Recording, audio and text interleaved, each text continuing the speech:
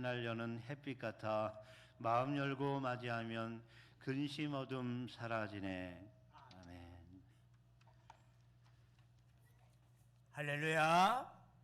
예배에 참여한 여러분 모두에게 하나님의 은혜와 복이 넘치기를 주의 이름으로 축원합니다. 성경을 보면은 말세에 사탄이 사용하는 전략 중 하나는 사람들로 하여금 모이기를 꺼려하게 하는 것이지입니다.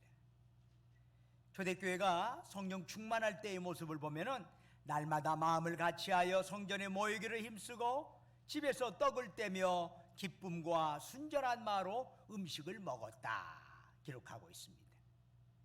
그러나 사탄이 역사하니까 어떤 일이 일어나지요? 다니엘서 12장 4절을 보면은 주님의 오실 날이 가까울 때 되면 많은 사람이 빨리 왕래하며 지식이 더하리라 이렇게 예언하고 있습니다. 즉 주님의 오실 날이 가까우면 지식이 급격히 늘어난다는 거예요. 인간 사이에서. 그리고 교통과 통신수단이 빨라진다는 것입니다. 그런데 사람들의 만남은 점차 피상적이 됩니다. 가족 간의 소통은 줄어들고 이웃의 아픔과 기쁨에 대해서도 별 관심이 없습니다. 너는 너, 나는 나, 이런 식이 되지요. 그래서 히브리서 10장 25절은 이렇게 교훈합니다. 모이기를 피하는 어떤 사람들의 습관과 같이 하지 말고 오직 권하여 그날의 가까움을 볼수록 더욱 그리하자. 즉 믿는 사람들은 세상 흐름에 따라가지 말고 더 자주 모이고 더 자주 만나야 한다는 것입니다. 사도 바울은 로마서 8장 12절에서 우리 인생을 빚진 자라고 정의하고 있습니다. 즉 인생은 본질적으로 홀로 인생일 수 없습니다. 나 혼자의 힘으로 태어나고 나 혼자 성장하는 것 아닙니다. 우리는 하나님, 사람, 자연과의 이런 관계망 속에서 태어나고 자라고 그 속으로 돌아가는 것 아니겠습니까? 그런데 하나님의 섭리는 우리의 생각하는 그런 관계망을 점점점 넓히는 것입니다. 여러분, 갓 태어난 아기는 자기 중심에서 벗어나지를 못합니다. 갓 태어난 아이는 너와 나를 구분하지 못합니다. 오직 자기의 욕망을 중심으로 세상을 인식하게 됩니다. 그러면서 점차 외부 세계에 눈을 뜨게 되는 거지요. 그래서 나 아닌 엄마를 이제 알게 되고 나 아닌 아빠를 인식하게 됩니다. 그러면서 부모, 형제와 어떤 관계를 맺어야 하는가 하는 것을 배우게 됩니다. 우리는 자기의 욕망만을 주장하던 아기 시절에서 벗어나서 다른 사람의 욕망과 감정을 알아차리고 그것에 대해서 어떻게 대처할 것인가 하는 것을 알아가게 되지요. 그러면서 우리의 관계망은 점점 넓어져 가게 됩니다. 성경을 보면 아담의 범죄 이후에 인간의 타락이 극심해지자 하나님께서는 한 사람을 선택하셨습니다. 바로 아브라함이지요. 하나님께서는 이 아브라함을 통해서 사람들을 구원하고 하나님 나라를 건설하는 꿈을 가지고 계셨습니다. 그래서 하나님께서는 아브라함의 자손인 이스라엘을 선택하여 그들을 하나님의 백성으로 제사장 나라로 삼으셨습니다. 즉 그들을 통해서 온 세상에 하나님의 구원을 확대하려 하신 것입니다. 그런데 이스라엘 백성이 착각을 합니다. 자신들은 택함받은 백성이기에 죄를 지어도 화가 우리에게 미치지 아니하며 이르지 아니하리라 이렇게 생각을 한 겁니다. 그들은 죄에 대해서 무감각해지게 되었습니다. 그러나 하나님은 이스라엘 백성이든 이방인이든 똑같이 죄에 대해서는 엄중한 심판을 하십니다. 결국 이스라엘은 그들의 죄에 상응하는 벌을 받게 되는데, 그렇지만 하나님께서는 이스라엘을 완전히 진멸하지는 않으십니다. 왜 그럴까요? 바로 그들을 통해서 메시아가 오고 구원의 역사를 세상에 확대시키려는 뜻을 하나님은 가지고 계셨기 때문입니다. 하나님은 아모스 9장 11절에서 이렇게 말씀하시네요. 그날에 내가 다윗의 무너진 장막을 일으키리라. 어떻게 다윗의 왕조를 회복한다는 말씀이지요? 사도행전 15장 16절 이하에서 초대교회 지도자인 야고보는 다윗의 장막이 회복되는 그 역사가 바로 예수 그리스도를 통해서 이루어졌다는 사실을 설명하고 있습니다. 그런데 이렇게 새롭게 회복된 다윗의 장막은 단지 유대인들로만 구성된 공동체가 아닙니다. 거기에는 모든 이방인들이 함께 포함되어 있습니다. 즉 구약에 형성된 혈통적인 이스라엘을 넘어서서 예수를 구주로 믿는 모든 백성들, 이들이 바로 영적인 이스라엘로 확대되는 것입니다. 우리는 이러한 흐름을 마가복음에서도 확인할 수 있습니다. 예수님께서는 백성들에게 천국 복음을 전파하셨습니다. 주님을 찾는 모든 병자들을 고쳐주셨습니다. 귀신들을 내쫓으셨습니다. 그러자 예수님 소문이 인근에 쫙 퍼져서 예수님께서는 식사를 할 겨를도 없이 바쁘셨습니다. 예수라는 분 도대체 어떤 분이야? 혹시 메시아 아닐까? 아니야, 그럴 리가 없어. 아니, 안식일에도 그렇게 하면 안 된다 하는 병들을 막 낫게 해주시는 것 보면은 하나님의 사람은 아닌 것 같아. 그러면 어떻게 저런 기적을 행한대? 이런 상황에서 마가복음 3장 20절 이하는 예수님에 대한 부정적인 평가 둘을 소개하고 있습니다. 첫째는 예수님의 친족들입니다. 이들은 예수님에 관한 소문을 듣고 아하, 예수가 미쳤어. 제정신이 아니야. 판단하면서 그대로 두면 큰일 나겠구나 해서 예수님을 붙들고 가려고 했습니다. 두 번째 부정적인 평가는 예루살렘에서 온 서기관들의 평가입니다. 그들은 예수님께서 귀신 쫓아내는 것을 보고 어떻게 평가를 했습니까? 그가 바알세불이 짚혔다, 귀신의 왕을 힘입어서 귀신을 쫓아낸다, 이런 겁니다. 바알세불은 유대교에서 귀신의 왕인 사탄을 지칭하는 여러 별칭들 중에 하나입니다. 즉 예수님은 사탄에게 더 쉬워서 저런 기적을 행하는 것이야, 이렇게 해석을 한 겁니다. 서기관은 율법의 전문가들이지요. 그래서 백성들은 서기관들의 평가를 매우 신뢰를 합니다.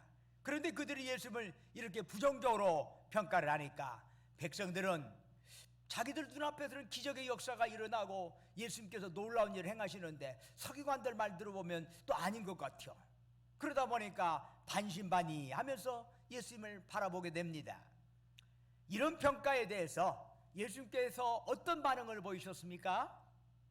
예수님께서는 두 가지 주제를 말씀하시면서 서기관들의 주장을 반박하십니다. 첫째는 사탄이 어찌 사탄을 쫓아낼 수 있겠느냐라는 겁니다. 사탄도 스스로 분쟁하면 자기 나라가 제대로 설 수 없다는 것을 잘 알고 있는데 사탄이 그렇게 하겠느냐라는 말씀이죠. 그런데 예수님의 말씀에 의문을 제기하는 사람들이 있을지도 모르겠습니다. 아니, 그런 사례도 있죠. 이를테면은 아니, 귀신을 섬기는 무당이 귀신 쫓아내지 않는가? 그러면 예수님도 사탄 섬기면서 사탄 쫓아내질 수도 있잖아? 라고 반문할지도 모르겠습니다. 분명 무당은 구슬해서 귀신을 쫓아냅니다. 그러나 더 정확히 말하면 무당은 귀신에게 먹을 것을 주고 빌어서 잠시 자리를 떠나게 하는 것입니다. 그러나 예수님은 다릅니다. 예수님은 권세로 귀신을 꾸짖고 쫓아내십니다. 무당은 귀신을 쫓아낸 것처럼 보이지만 결과적으로는 사람들에게 귀신을 두려워하고 귀신을 섬기도록 조장합니다. 그러나 예수님은 귀신으로부터 사람들을 구원해내어서 하나님의 백성이 되게 하십니다. 그러므로 무당이 귀신 쫓아내는 것과 주님이 귀신 쫓아내는 것은 시작이 다르고 과정이 다르고 그 목적이 다른 것입니다.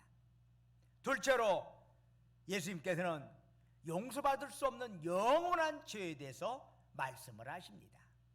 예수님은 십자가에 죽으심으로써 우리의 죄를 대속하셨습니다.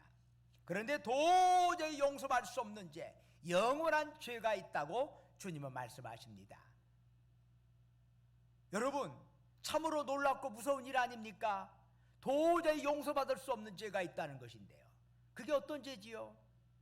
여러분, 우리가 사람을 대상으로 한 잘못과 죄는 모두 용서받을 수가 있습니다.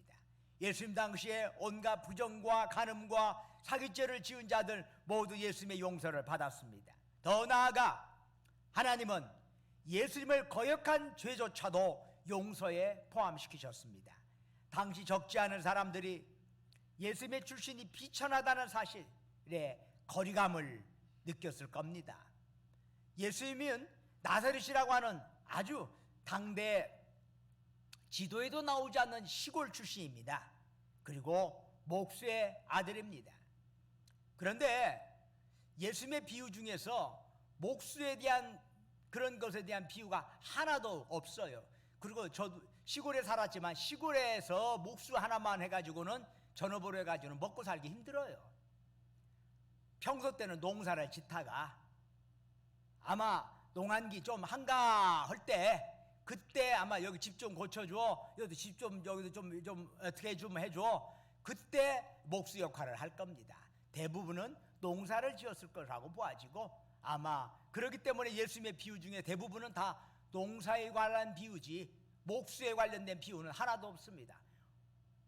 그런 부분에 있어서 예수님의 비유는 예수님 삶의 주변에서 나타나는 일상의 삶에서 그 자료를 끄집어내거든요. 그런 점에 있어서 예수님은 오히려 더 농부라고 하는 것이 더 두드러지는데 대부분의 사람들이 농부였는데 특별히 목수 일을 할 수 있기 때문에 목수의 부분이 더 두드러지게 성경에서 강조되지 않았을까 이렇게 보여질 뿐인 거지요. 어쨌든 예수님은 이렇다 할 시골 출신이고 학력도 없습니다. 아마 예수님이 석가모니처럼 오랜 전통과 유산을 지닌 왕가에서 태어났다가 그 부귀영화를 다 떨쳐버리고 아마 저 밑으로 출가해서 다른 형태로 도를 닦았다면 예수님에 대한 평가는 달라졌을 겁니다. 그 예수님 대단한 분이요, 어떻게 그럴 수가 있을까? 그러나 목수의 아들인 거 뻔히 알고 있는데 갑자기 어디 한동안 갔다가 나타나서 저렇게 잘난 체 하는가 몰라. 그 이상한 일도 막 해. 사람들이 감정이 상하고 예수님이 하는 일에 반감을 가지게 됩니다. 그러나 그것조차 용서받을 수 있다는 것입니다. 베드로는 주님을 모른다고 3번이나 부인했습니다. 그러나 주님은 그를 용서하셨습니다. 바울은 그리스도의 이름을 욕되게 하고 그리스도인들을 핍박하였습니다. 그러나 주님은 그를 용서하시고 이방인의 사도로 사용하셨습니다. 그렇다면 용서받을 수 없는 영원한 죄는 어떤 것이 있을까요? 그것은 성령을 모독하는 죄입니다. 성령님은 어떤 역할을 하지요? 죄인들에게 임하여 죄를 깨닫게 하고 예수님의 초청을 받아들이게 합니다. 그리고 영원한 진리를 깨닫게 하는 그 역할을 성령님이 하십니다. 그러나 성령의 이러한 역사를 거부하고 성령을 모독하는 것은 결국 참회와 거듭남의 모든 가능성을 차단하는 것이 되고 결국엔 심판에 이르게 되는 것입니다. 그래서 히브리서 10장 26절 이하는 이렇게 말씀하지요. 우리가 진리를 아는 지식을 받은 후 짐짓 죄를 범한 즉 다시 속지 않은 제사가 없고 오직 무서운 마음으로 심판을 기다리는 것과 대적하는 자를 태울 맹렬한 불만 있으리라. 이게 뭔 얘기일까요? 하나님 말씀 뭔지 알아요. 은혜의 빛이 어떻게 비치는지도 알아요. 그런데도 의식적으로 그것으로부터 돌아서는 자들이 있다는 거지요. 하나님의 예수님의 치유의 기적, 귀신 쫓아내는 것, 이것이 하나님의 성령의 능력 안에서 행해진다는 거 알아요. 예수님의 능력이 하늘에서 온 것도 알아요. 그런데도 예수라는 자가 싫어. 그가 하는 모든 일이 하나님과 연결되는 생각 자체가 불쾌해. 그래서 의도적으로 예수를 배척하는 것, 바로 성령을 모독하는 죄입니다. 예루살렘에서 온 서기관들은 당대 누구보다도 하나님의 말씀을 잘 이해하고 있다고 자부하던 자들입니다. 그런데 바로 그들이 성령의 역사, 성령의 감동을 의도적으로 거부하게 됩니다. 바로 금생과 내생에 용서받지 못할 죄를 저지르고 만 것입니다. 예수님의 친족들은 예수가 미쳤다라고 말합니다. 율법의 전문가들인 서기관들은 예수가 바알세불, 사탄이 귀신이 집혀서 귀신을 쫓아낸다 이렇게 말합니다. 이런 말을 들은 예수님의 가족들은 걱정이 퇴산 같았습니다. 그래서 가족들이 예수님을 만나러 왔습니다. 그때 예수님께서는 사람들에게 천국 복음을 가르치고 계셨는데 가족들이 밖에서 예수님을 찾는다 하는 말을 듣고 예수님께서 뭐라고 말씀하셨지요? 누가 내 어머니이며 동생들이냐? 그러면서 하신 말씀, 누구든지 하나님의 뜻대로 행하는 자가 내 형제요 자매요 어머니이니라. 예수님은 지금 혈연 중심의 가족관에서 하나님 중심의 가족관으로 가족의 의미를 지금 확대시키고 있는 것입니다. 하나님 뜻대로 행하는 자들이 내 가족이다. 여러분, 하나님 나라에서는 이 땅에서의 가족의 틀이 더 이상 존재하지 않습니다. 그곳에는 시집도 장가도 없습니다. 현재 부모, 형제, 자매의 틀이 지속되는 곳이 아닙니다. 마태복음 22장 30절에 의하면 우리는 그곳에서 하늘에 있는 천사와 같게 된다라고 성경은 기록하고 있습니다. 그렇다면 이 땅에서 가족관계는 등한시해도 될까요? 결코 그렇지 않죠. 예수님께서도 30세 되시기까지 가정 안에서 장자의 책임을 다하셨습니다. 그러다가 때가 되어 혈육의 가족에서 떠나 공생애로 들어가셨습니다. 여러분, 사람이 장성하면 가족 중심의 관심을 이웃에게 그리고 세상을 향한 관심으로 돌릴 수 있어야 합니다. 만일 예수님이 혈연에 염려한 나머지 가정을 떠나지 못했다면 어떻게 되었을까요? 예수님은 아무것도 할 수 없었을 겁니다. 그러나 때가 되어 하나님의 뜻을 따라 혈육의 가족을 떠났을 때 비로소 메시아가 되고 세상의 구주가 되셨습니다. 그러다 보니까 혈육에게도 새로운 인생이 오히려 부메랑 효과처럼 펼쳐지게 되는 거지요. 어머니 마리아는 물론 그의 동생 야고보의 역시 예루살렘 교회의 핵심적인 지도자가 됩니다. 하나님 중심의 가족과는 우리 자신은 말할 것도 없고 우리의 혈육까지도 세상을 향하여 새로운 눈을 뜨게 하는 것이지요. 그렇다면 여러분, 하나님의 가족은 어떻게 형성됩니까? 예수님 말씀대로 하나님의 뜻대로 행하는 자들이 모여서 형성이 됩니다. 그렇다면 누가 하나님의 뜻대로 행할 수 있나요? 하나님 뜻대로 행하려면 하나님의 뜻을 알아야 하지 않겠습니까? 누가 하나님의 뜻을 합니까? 바로 하나님의 영 성령님이십니다. 고린도전서 2장 10절에 말씀합니다. 성령은 모든 것 곧 하나님의 깊은 것까지도 통달하시느니라. 그래서 성령을 받는 것이 하나님의 자녀가 되는 필수 요건이야.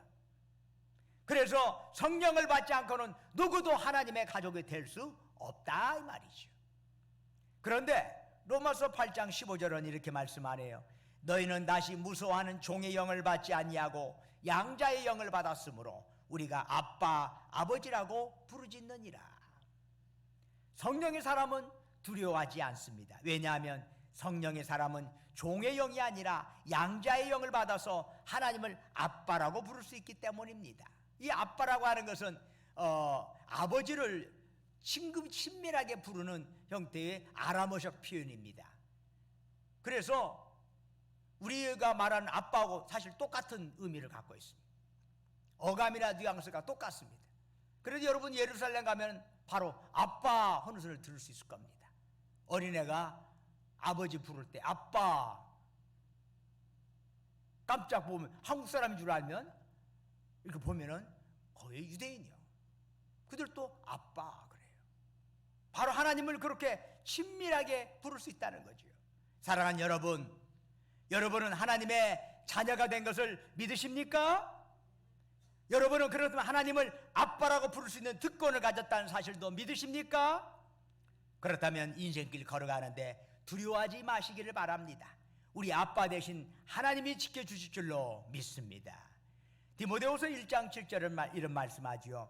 하나님이 우리에게 주신 것은 두려워하는 마음이 아니요 오직 능력과 사랑과 절제하는 마음이니, 그러므로 두려워하는 마음은 전부 마귀가 주는 마음입니다.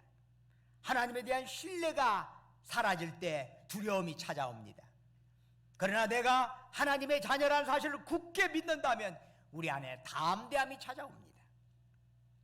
성령의 사람에게는 두려움이 사라지고 그 자리에 사랑이 머물게 됩니다. 사랑을 받은 자는 이 땅에서 자신감을 가지고 살아갈 수 있습니다. 부모의 사랑을 듬뿍 받은 자는 세상에서 기가 죽지 않습니다. 그러나 부모의 사랑에 결핍되고 오히려 그 사랑이 왜곡되어서 트라우마로 다가오는 사람은 세상에 나갈 때 담대함으로 나아가지를 못합니다. 자신이 없어집니다. 구약부터 신약에 이르는 모든 역사는 하나님의 우리를 사랑하신다라는 불변의 진리에 토대를 두고 있습니다. 그런데 성경을 살펴보면 하나님께서는 시간이 흘러감에 따라서 점점 우리에게 가까이 다가오심을 볼 수가 있습니다. 구약에 역사하시던 성부 하나님께서는 우리 위에 계셨습니다. Beyond us, 우리 위에 계셨습니다. 그래서 구약의 하나님은 대제사장이 1년에 한 번 속죄할 수 있는 양의 피를 들고 지성소로 나아갈 때만 그때 만나 주셨습니다. 그 하나님은 아무나 만날 수 있는 것이 아니요, 특정인만 만날 수가 있었어요. 그게 구약시대 하나님과 사람과의 만남의 패턴이야. 그러나 신약시대에 들어오면서 성자 예수님은 우리와 함께 하시는 하나님이에요. 구약에는 beyond us인데 이제는 with us, 우리와 함께 하시는 하나님이시죠. 예수님의 별칭이 뭐지요? 임마누엘이야. 임마누엘. 임마누엘이 뭐예요? 하나님이 우리와 함께 하신다는 뜻이에요. 바로 예수님의 모습을 말씀하고 있죠. 그런데 예수님께서 부활하시고 승천하신 후에 우리에게 누가 다가오셨어요? 성령님이 다가오셨죠. 성령님은 어디에 계십니까? 바로 우리 안에 계십니다. 우리 안에 계시. 그래서 우리를 위하여 기도하시고 우리를 이끌어 주시고 우리에게 능력과 승리를 주시는 것입니다. 그래서 성령 충만을 통해서 우리는 이 세상의 문제를 해결받을 수가 있는 것입니다. 뿐만 아니라 성령 충만을 통해서 우리는 많은 가족들과 소통하게 됩니다. 성령을 받은 자들은 믿는 자들을 남이 아니라 우리의 형제요 자매로 여기게 됩니다. 주님의 말씀처럼 믿는 자들이 가족처럼 따스하게 다가오게 됩니다. 바로 그것이 성령 충만의 모습인 것입니다. 그래서 기쁨도 슬픔도 함께 나누는 가족이 됩니다. 사랑하는 여러분, 우리 가족의 원천이자 능력의 원천이신 성령의 사람으로 인생길 걸어가시기를 주의 이름으로 축원합니다.